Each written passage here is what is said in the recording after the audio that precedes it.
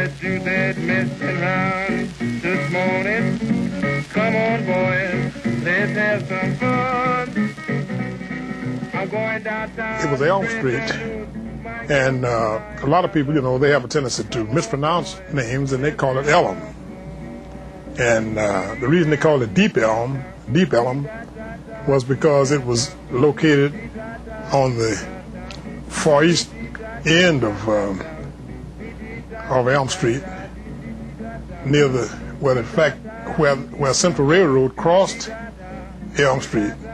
It's where all of the black entertainment was situated.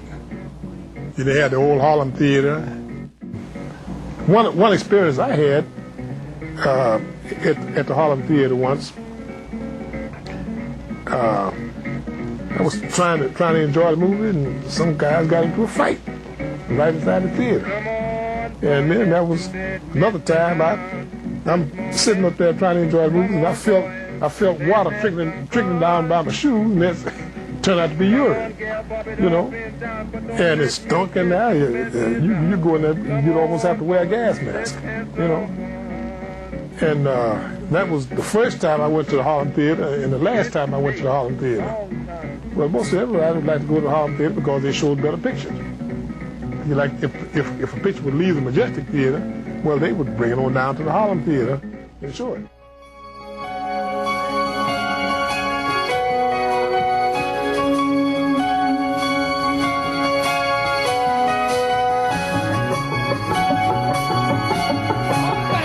It started off just like a big explosion of talent, really, and there was very little emphasis on money or business or anything like that. I mean, it was really just Profit Bar, Theater Gallery, 500 Cafe was open too, and bands got paid very little money. Always incredible happenings every night, tons of people in the street, you know, and in especially those two clubs. It was all just like, and it would be like brand new bands every single night. Just about anybody with any band could play, and there was very little emphasis on who was going to draw a crowd. There was going to be a crowd. It was just like a huge explosion of like untapped potential. All these kids from the suburbs that have had bands in their garages forever suddenly had a place to play. And in Dallas, I don't think Dallas has ever seen that, where, you know, there was like this budding music scene, and everybody could be a part of it, and you could be a part of it as much as a fan as you were, you know, in a band. There was very little barrier between audience and band.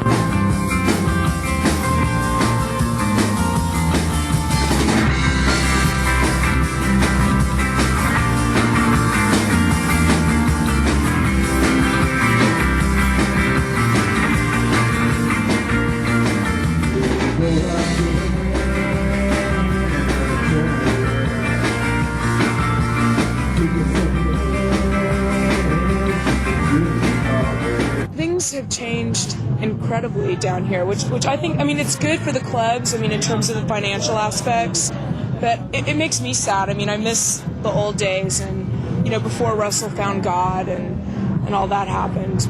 But, I mean, it's gone from a very low-budget, tight group of people that all knew each other and hung together to, you know, basically yuppie infiltration. And, I mean, it's great, I mean, because the local bands need that kind of support, and they need the knowledge of the greater city, I guess, people coming down to give them money and gain them.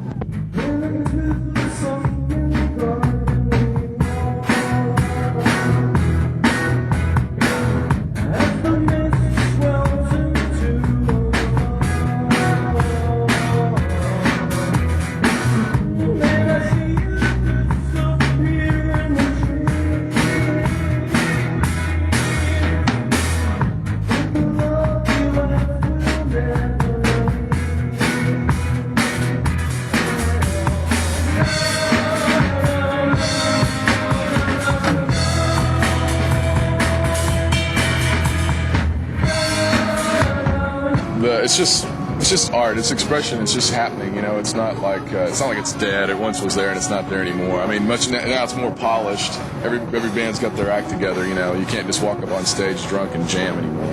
You know.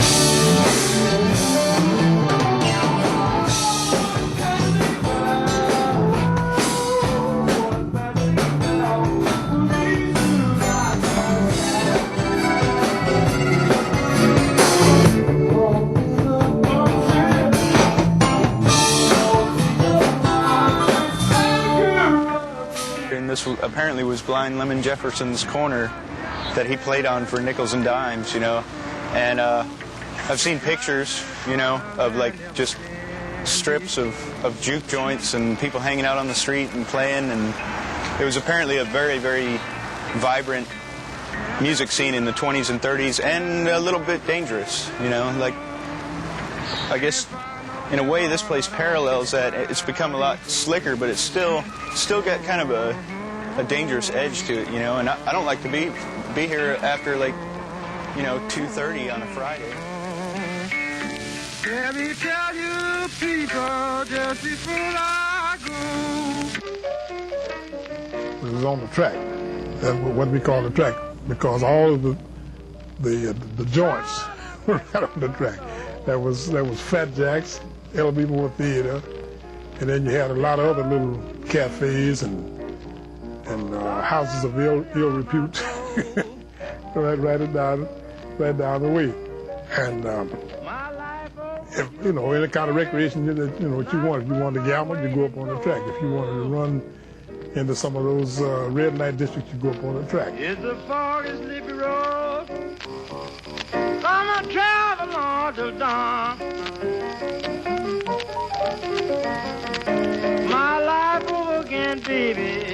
I mean, I'm for people coming and you know, waking up to what's going on here musically, but I want people to come down here for the music instead of for, you know, to go to video bar and, you know, dance around and show off their clothes or do whatever they do. But it's I don't know. I mean, there's still a great local culture here, so I like it.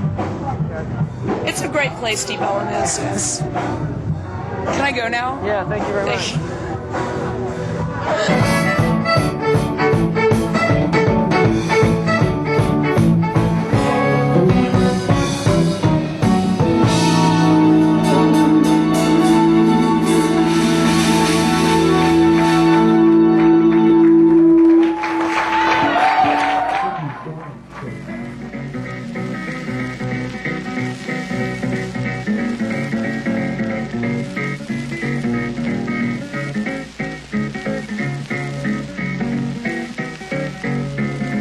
Come on, boys, let's do that messing around.